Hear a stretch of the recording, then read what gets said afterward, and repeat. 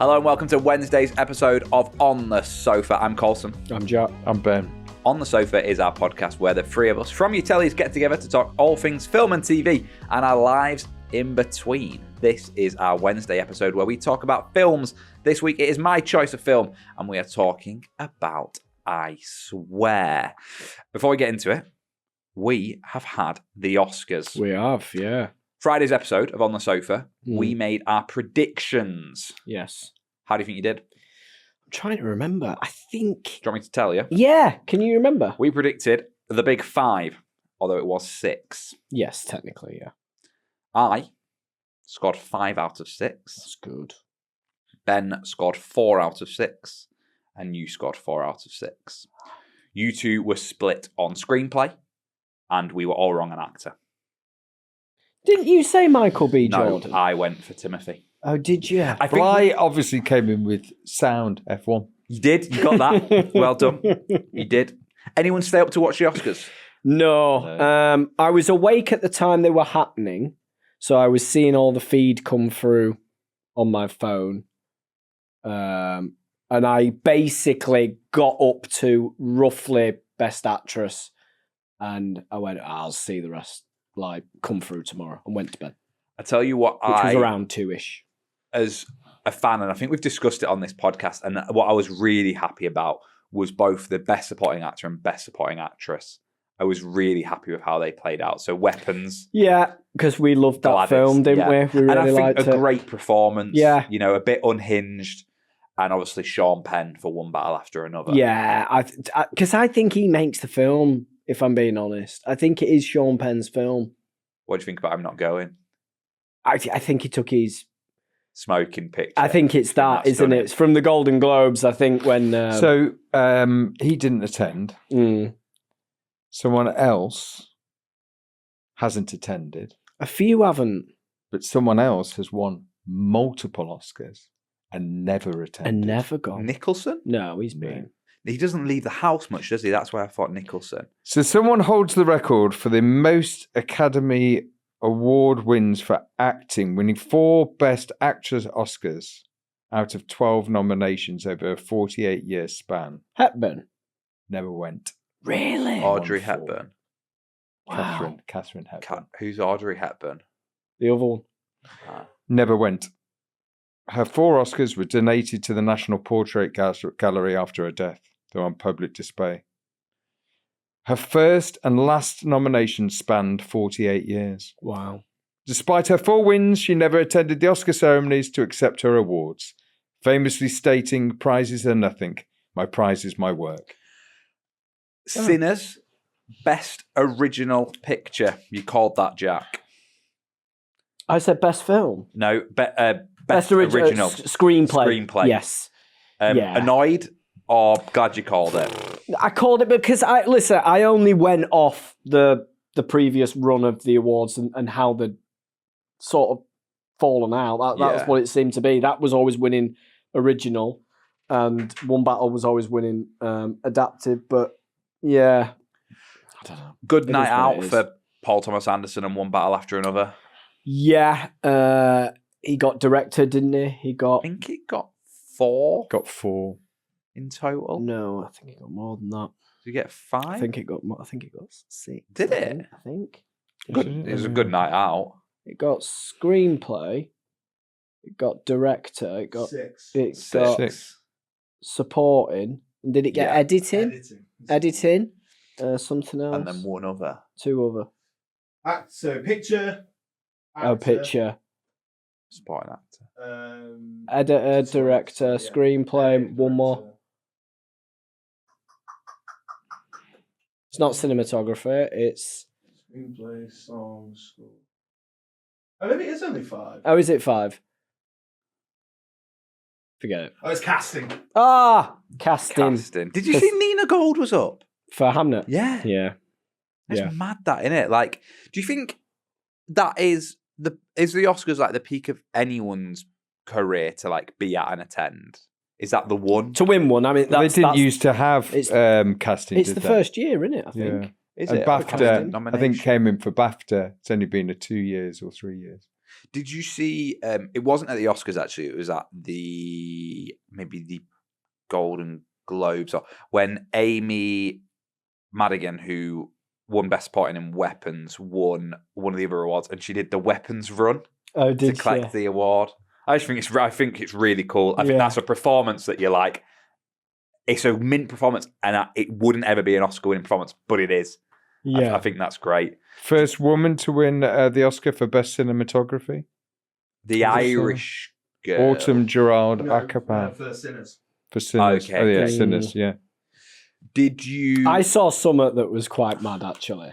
So, DiCaprio was in another film that has won Best Film.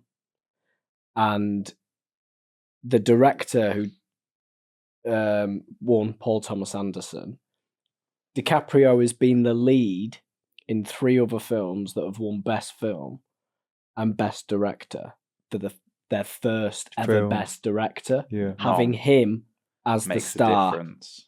Wow. could make the difference. Yeah. So it was Paul Thomas Anderson, James Cameron for Titanic, Yeah. and Scorsese for Departed. Wow. So that was their first director win, having was with Leo him. as the star. Did you see Michael B. Jordan celebrating in In-N-Out Burger? No. Have you No. seen that video? Yeah. Who did it? The guy was in Sideways did it, didn't he? Paul Giamatti. Yeah, he had a burger in In-N-Out. Did he? There's a secret menu in In-N-Out. So it's a very LA thing, In-N-Out. Yeah. So you don't really get them anywhere famously else. Tom Hanks's favourite burger and stuff, Yeah, isn't so it? And there's one near my brother. Oh. So it's the only place that's yellow and red. Yeah. So like McDonald's, but it's a family-owned place. Right. it's And he proper- went in looks and had cool. a burger with his Oscar. That's Yeah. cool. And he's just there, sat with his Oscar ordering, and he's signing like all the workers' menus and hats and stuff. But It got me thinking about the Oscars and DiCaprio's career, and he's only ever won the one that we Yeah. all know for Revenant. Yeah, and he's been nominated Yeah. like 6, 7, or 8 times or something, hasn't he? He's only won one. who won Wolf of Wall Street year 2012? McConaughey. Okay. But okay, so here's a question, right? Yeah. So DiCaprio, as big as what he is, Yeah. you'd probably say right now, and of this generation, probably of my generation now, he's the big guy. Yeah. He's been up there with film after film that Yeah. everybody goes to see the new DiCaprio Yeah. film, right? So would you want that as your career, that you're in the best film that year? Yeah. So, Titanic, whatever, all the films that you can name that he's done, Revenant, Wolf Yeah. of Wall Street, he's been the guy, but he hasn't got the personal accolades, Yeah. but the films have. Yeah. Yeah. Would you want to be the team player, or would you like to be the Daniel Day-Lewis who has the 3 Oscars, or the Jack Nicholson who has the most nominated actor of all time? I suppose the thought is DiCaprio's what, 50? Yeah. 51? Has he got another? Can he still He's obviously probably get got there? still Got got another another. But let's just say he 20, doesn't. 25. Let's just say he only ever just has that one. So as you look back and go, well, there's still Nicholson, Sean Penn, and Daniel Day-Lewis above him. Yes, I suppose. Are we expecting Leo to keep getting nominated but just not win, and to keep being in I'm films saying, that win imagine in a Oscars? world where he doesn't. So yeah, he might still get nominated, and he's still only remembered for that. He still only has that Revenant Oscar to look back on. Yeah. Would you, at the end, and he's still got that one, but you look at all the great DiCaprio films, I suppose. Yeah. would you like to be the team guy? Mm. Or would you like all the personal accolades if someone went, yeah, but you've got 3 Oscars, mate? It's an interesting would you rather. Do you want an answer? Yeah. Team player. Alfred Hitchcock never won an Oscar. No. I suppose be a team player. I think you can have I a think reputation. DiCaprio for- seems very at home with all of it, I felt. meant to be sound, isn't he? Yeah, he just seemed very much like it must be about the work, because I think so many people want to work with him. He's doing a Scorsese now, Yeah, isn't he is, It must be about the work. I know someone who works with him on a charity project. You know how he loves his animals. Someone that I met at Fat Camp years ago was like a funder of, is it WWF or whatever, and he works wrestling? with them. Not the wrestling. And they say he's absolutely Yeah, he comes. Like, He comes across as really cool. Up I for think anything. what's so interesting is maybe this is what I always think is interesting is the trick of the trade or whatever. What people don't see when you've gone to a lot of awards is the bit when the cameras aren't on and they're in the break and how people are going up to someone. And there are a lot of people going up to DiCaprio. Yeah. Giving him a hug, wanting to chat, have a laugh with him. That's where you see the real bit of what they're thought of. Because another thing I heard someone saying who was there, they said on the night, and we've all been in awards like this, on the night, Sinners really had a big reaction from people. There was lots of big noise, big applause. Like when Hollywood. Oh, right, okay. Yeah, we know, but like the reaction from the people in the room We're happy for it. really, and Ryan Coogler really came off as like the bit that everyone in that room was rooting for that film. They said that's something you don't quite get. When you see it on telly after over 3 hours. I see. You don't get that feeling of what in the room people are going. No, this really is a winner for us. Yeah. Whilst we've been talking about Leo and all of his nominations, there is one person who beat him this year, especially at the BAFTAs, and that is Robert Aramayo, Leeds United fan. Nominated for his role in I Swear. And I Swear is a film that we're talking about this week on the podcast. It's my choice, which means it's time for me to do a synopsis. I Swear is a film, a biopic, following the life of John Davison, a Tourette's campaigner who is growing up in Scotland in the early 80s, navigating his way through life in a society that doesn't understand the condition that is Tourette's. Well done. Have you learnt that? No. Literally just off the cuff? You think I could have learned that after our last 2 hours? No, probably not. Yeah. I thought that was good. Yeah. Very good synopsis. Talk to me about I Swear, Jack. I watched it on the Netflix with the mother-in-law and... Just you two? No, the dogs and... The wife? Honey. Pregnant wife? Pregnant wife. Any cravings yet? None. Nothing? No cravings, no. Interesting. Yeah, she's flown through it, if anything. She says it's gone really fast. He's talking about it, actually, the other day. Oh, we had to get a birth certificate out for something. For the she was child. changing her name on a passport. This is massively going off topic. Yeah, to Shepherd. To Shepherd. She was changing her passport because she wants to change her name. Because obviously when the baby's born, it will be called Baby Trueek. Because it goes off what your hospital records are. So if you haven't changed your name, so you have changed your name when you get married, but you need to take ID and a wedding certificate is not enough. It needs to be passport, blah, blah, blah. So to change your passport, you need your wedding certificate. So you need to do the whole send off and whatnot. So you get that, and then you can change your hospital with your GP and whatnot. Yeah. So then all your notes will be Shepherd, not Trueek. Long story short, but that's that. So we had to find a birth certificate, a wedding certificate and whatnot, and we're going through, and we found hospital notes. I'm talking about babies and whatnot. And we see like all of her hospital notes when she was born. Do you know how big she was? 2 stone. £9.14. That's a big baby. That's a big baby. I couldn't believe She's it. tiny. £9.14. I was like, baby. Was that a hospital record? Did the midwife go, just bring all the students? Look at this. Get the bunting up. We've never had this before. Off the scale. It's 9.14. I was like Bells blown away. playing So everywhere. anyway, I watched it with them too. What they think? And the dogs. And yeah, they was like blown away. They really liked the film, actually. I really liked it. It's funny in bits. It's sad in bits. Ben, had you watched it prior to me picking it, or is this No, first time? but he's so one, I spent time in Galashiels, where he's from. Yes. Yeah. 2, he's born the same year as me. And I remember the documentary about him. I remember that. I've seen that before. BBC re-released Yeah. it, So I think, about just 10, 15 years Yeah. ago. which doc have you seen then? 'Cause You know the footage at the end? yeah, but That's the doc. After watching, I watched the film on Saturday, and then I watched the doc straight after the film. Oh, right. But the doc that I watched was a follow-up from the original doc, which was right. it's Sue Johnston doing the voiceover. No, this wasn't No. the first So one. you've was it? watched him as a kid then? I was a kid as well. We're the Okay. same age. So So I remember that doc, and I remember being at school when that doc.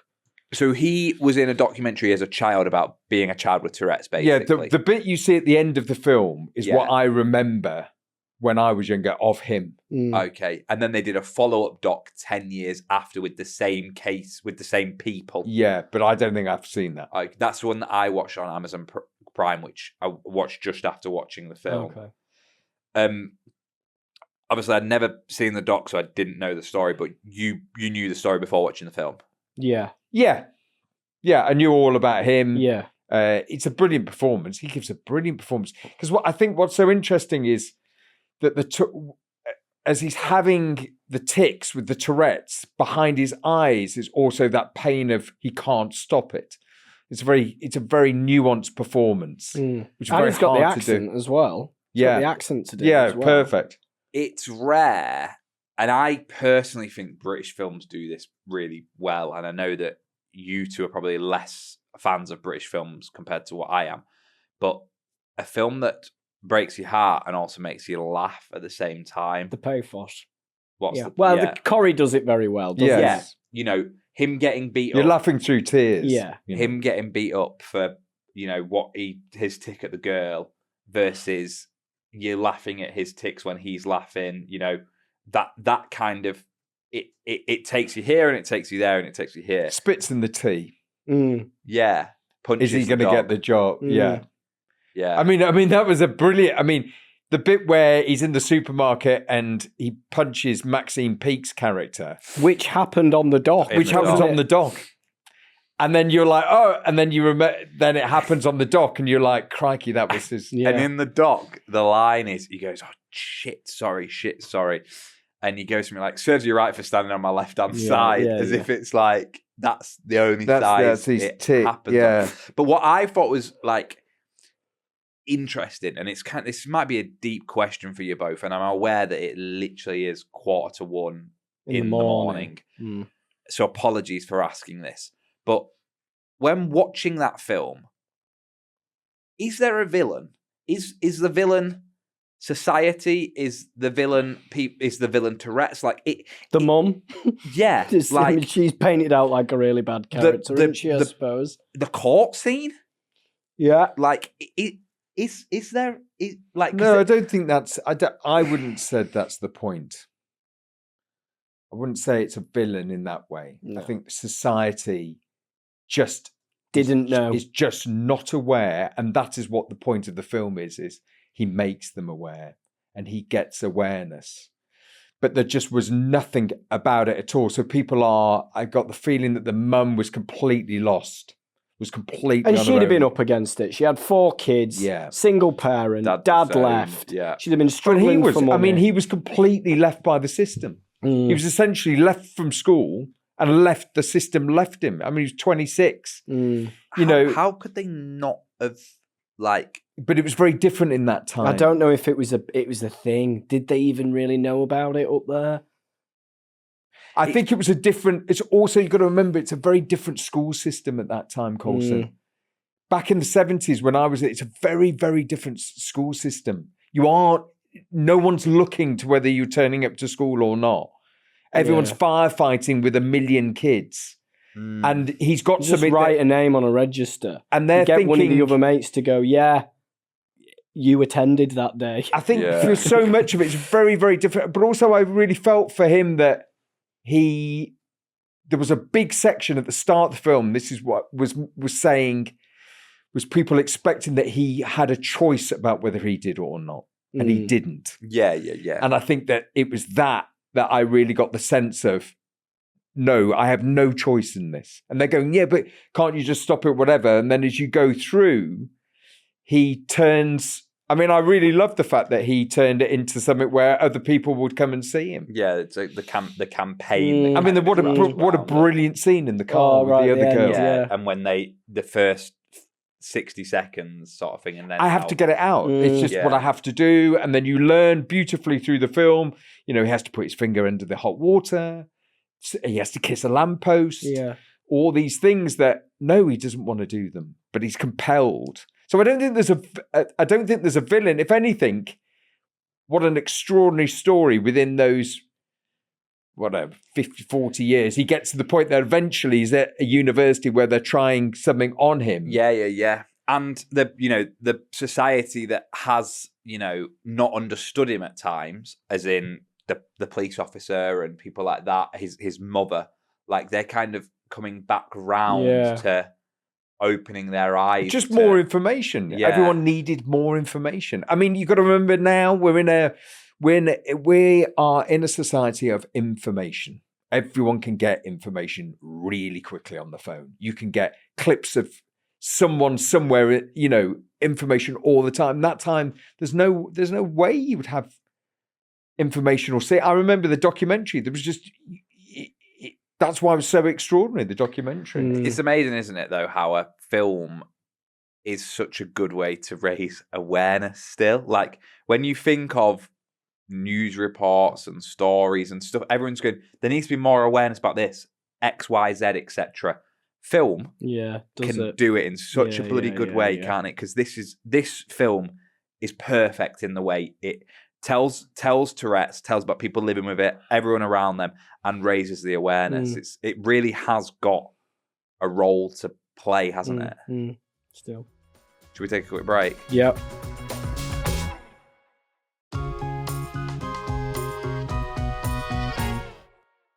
Back from the break, talking about I Swear in today's episode. Before we rate it, I kind of want to delve in to Robert's performance, okay? It's won the BAFTA. Yes. It's not out in America yet, so we don't know if he's going to get any noms in America. But let's talk about that performance. He's a Leeds United fan, Jack. Oh, yeah, I didn't know that. You told me that, yeah. It's from Hull, isn't it? I'm assuming it's from Yorkshire, from Hull. Yeah. And is this, did he win Rising Star and Actor? Yeah. Yes. So this is his first project? No. He's done loads. No. Okay. Yeah, he's done loads. But this I've is what seen they him call his before. breakout, isn't it? So I think, wasn't he in Game of Thrones or one of those dragon ones? He plays young Ed Stark. So Okay. he plays okay. Sean Bean. Okay. In a So he's- prequel. No, he just did flashbacks. Okay. He's done a lot. He's done a lot of stuff. But this is, look, it's without doubt his film. My goodness. What do you think? It's the bit what I find extraordinary is the bit where, despite himself, the layer of the performances, despite myself knowing I don't want to do this, I'm doing it. And he's dying inside. You can see behind his eyes, he's dying inside. And that's a really complicated thing for an actor to do. And fair play to the young kid as well who played him. Excellent. Brilliant. Excellent. The young lad Excellent. before. Who's in, half an hour, 40 minutes Brilliant. of the film? He was at the beginning, brilliant. before he even turns up. Yeah, brilliant. he was brilliant. So when they were good. going to the cinema and he's like cheeky and he said, And also he's got an even harder arc in a way because he has to be yes. Then he gets Tourette's. And then and completely not understanding what's happening. And there was a real moment, wasn't there, when he's doing the reading in the thing. And it's coming to him and you're like, and then he really doesn't know where he is. And then they sort of, the film jumps. Scared, isn't it? But he had an extraordinary performance. And also Maxine Peake, I thought was fantastic. Yeah. And Bolton. What? She's from Bolton. Bolton. I thought she was absolutely fantastic. I thought they all were. Murgatroyd, you were about to say. No, I was about to say Moaning Myrtle. Myrtle, that's it, yeah. Shirley Anderson, isn't She was brilliant. Yeah. Absolutely brilliant. Just, it's strong performances all right. And but there is something about a British film. And I thought it was mad that the sort of the lad who runs the community centre the caretaker dies. Yeah. And then he gets his job. Yeah. And they go, it comes with a property, and it's the property that he Found the dead fucking body, died in. Yeah. That he But I mean, found there was the a And he dead gets body. his dog. Yeah. But there's also that bit where, you're like, that real poignant bit. His mate's died. Finds a dead body. Who he loves. He finds the body, but then the police come in and he says, "Oh, Yeah. I killed I him." killed him. And the pain on his face was really heartbreaking. There's a few moments for me when he went back to his mum, like after he'd started the care and stuff, and his mum basically says sorry, and he goes, sit in front of the fire, face the fire, and it's like, a painful moment of him as a child is coming out Yes. as a tick there, like where he's at his most vulnerable, like his illness is really affecting him there. And the payoff through the payoff, brilliant bit of filmmaking, the payoff when he goes to that university and they give him Give him he that puts it in thing. his wrist and he walks through through that the library. library. Yeah, The payoff great. for that is really brilliant writing. And when you see him standing in front of a crowd, like lecturing, educating, you see all those people that come into the community centre who have been affected. But there was by some him. moment when I thought, I wonder how he's going to play this. When he comes out the library, I wonder how he's going to play it with the kind of scientist who's come up with this thing. I wonder what he's going to do. And it was a really extraordinary bit of acting that all of that pain flooded through. And it was one of the only times he can remember where he could be silent and walk around silently in a library.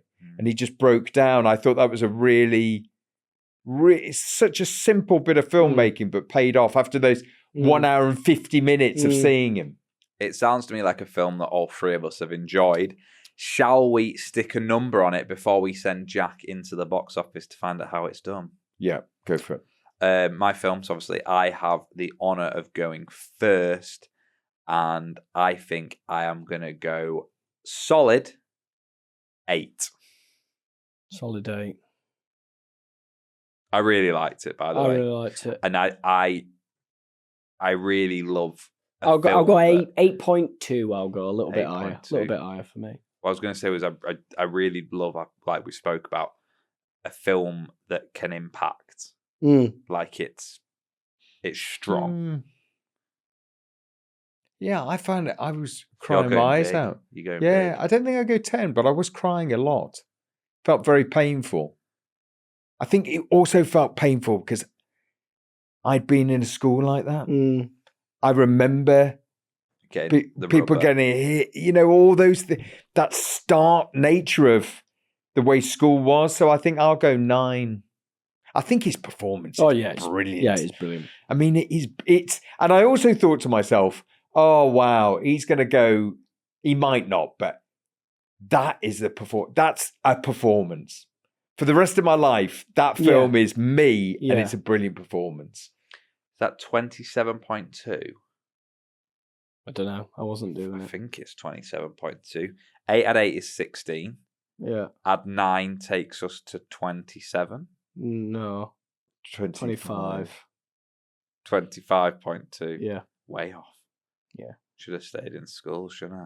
25, but I was going to say 27.2 is big. Big. But 25, yeah. I think It's a great 25.2 is look. where Certainly deserves all is the where it accolades, sits. without a Yeah. doubt. Certainly deserves the accolades. Do you think now you've both seen it, if it gets its American release, do you think it could stand a chance at an Academy Award?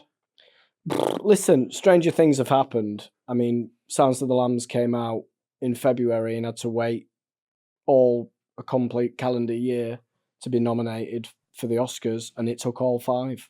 So it can happen. Yep. Jack, are you in the box office? I am, yeah. Budget. Oh, It's, I tell you what, it's small. undisclosed. It's tiny. It's between a number and a number. Okay. They've said Was it it's BFI between this money, and this. Ben? This? A lot of it was, but the writer and director also self-funded it. Oh, the sold the house type one. Crikey. BFI, self-funded. I think it must only be like 5 million. I was going to say 8. Between 5 and 8. Between 3 and 5. Wow. There's a ceiling, isn't there? Wow. Okay. What will the BFI have given that? Oh, I don't know. You'd have to get money from all different places now. They're just applying for grants. You have to, so no one will take the full risk, I should imagine. Didn't you see all the bloody people who had made it? Yeah, You know, like- that's So I can always a imagine telling BBC. thing. You get screening bits going- from everywhere and they put it all together and then you've Okay. mitigated the risk. And then what's it taken? Well, I don't know. It's really It's only bad. here, isn't it? It's only here. It's been bought on Netflix. It had a short cinema run. I bought on Amazon, so I paid a tenner for it. It must have made its budget back. Oh, it's definitely made its budget back. I'm saying 30. Am I way off? 30. I think I'm going 15. 8. Oh. Wow. So it made 3. Wow. I suppose domestic, maybe it just doesn't make that much money. 8. It's always interesting sending you into the box office. It is, isn't it? That's why we do it. That's why. Do you know what else we do on this podcast? We have a Patreon, don't we? Which is where we have bonus episodes. So if you like listening to the show and you want more of it, if you go on to Patreon, there's an extra episode there every single week. We've been going live on Patreon before we're in the studio. We show the sweets we've bought. Yeah. You get loads. You get access to group chats, all that jazz. You also get a job at Patreon land. And this week... You've done them. I've done them. He's done them, but Jack's going to read them out. He's done them. Brilliant. Yeah, Jack has taken over as head of That's recruitment. great. I just saw him today. I And put him in and you thought, I'm going to have a go. So there's a little chat on the Patreon app where we ask, if you haven't got a job, tell us. And then Jack is going to give all the jobs out. I'm going to give all the Patreon jobs out. Brilliant. So, jobs tonight are Glenn Bennett and On the Land. You know, when you come in the morning, it says the fire alarm will go off shortly. Yeah, this testing the is alarm. just a Yeah, drill yeah. and blah blah blah. Well, the person who comes over and does that tannoy, it's a man. It's a tannoy man. Yeah, that tannoy man is Glenn Bennett, Okay. but he doesn't like to get involved in politics. Just does the tannoy. That's it. Okay. That's it. Okay, Glenn, don't just ask do the questions. Okay. He doesn't get involved. Yeah. Okay. Next, we've got Mark Crouston, and he's on roast potatoes. Okay. Doing what to him? Canteen. He makes them. Okay. Right, Just great. roasted. He just makes them. Okay. Is he good at them? Don't ask. Okay. Yeah. We've got Jenny Miller. Yeah. That's Danny's mum. Oh, Yeah. yeah. Danny. She's chief chaperone, but she's also been known to be very, very pushy. a pushy parent. Okay. Great. I like that. Pushy parent for Danny Miller. Yeah. Darren Hughes does close-up magic. What, entertaining like yeah, people it's who just are like coming as in? people, you know, they're at work, they're in the office, they're hard working away, and he just comes up Oh, and so goes, not punters on "Oh the no, land. no! It's just he just comes up and he goes, all right, pick a card, any card, yeah." So you've He's just done doing a this little It's bit. a heart. to boost He's our just work. He's just doing a little bit. We've got him in just to roam around the office, keeping morale up. He's not even in the Darren land, Hughes, he's in the office. Close-up magic. We've got Lynette Royals. She looks after all the fancy cars we've got. So she says, no, you parked over section 2B. At the back. Yeah. Blah, blah, blah. Lynn Royals, she's on the fancy cars. And we've got Joe Baker, head of scones. Oh, hold on. And we've got one more as well. Tracy Love. I can't help you out there. Tracy Love. You can. You got loads to go off with. Tracy that. Love. Yeah. Tracy Love. Tracy Love is head of matchmaking on the land. Great. Perfect. Yeah. Whenever you need a matchmaker, you go to Tracy Love. Tracy She Love. sorts you right. Thank you for Darren joining. Hughes, job for life. Brilliant. Brilliant on the jobs, Jack. Maybe you could do that. Keep doing it. It's very good. Yeah. This week we've been talking all things I Swear. Ben, what do you want us to watch next week?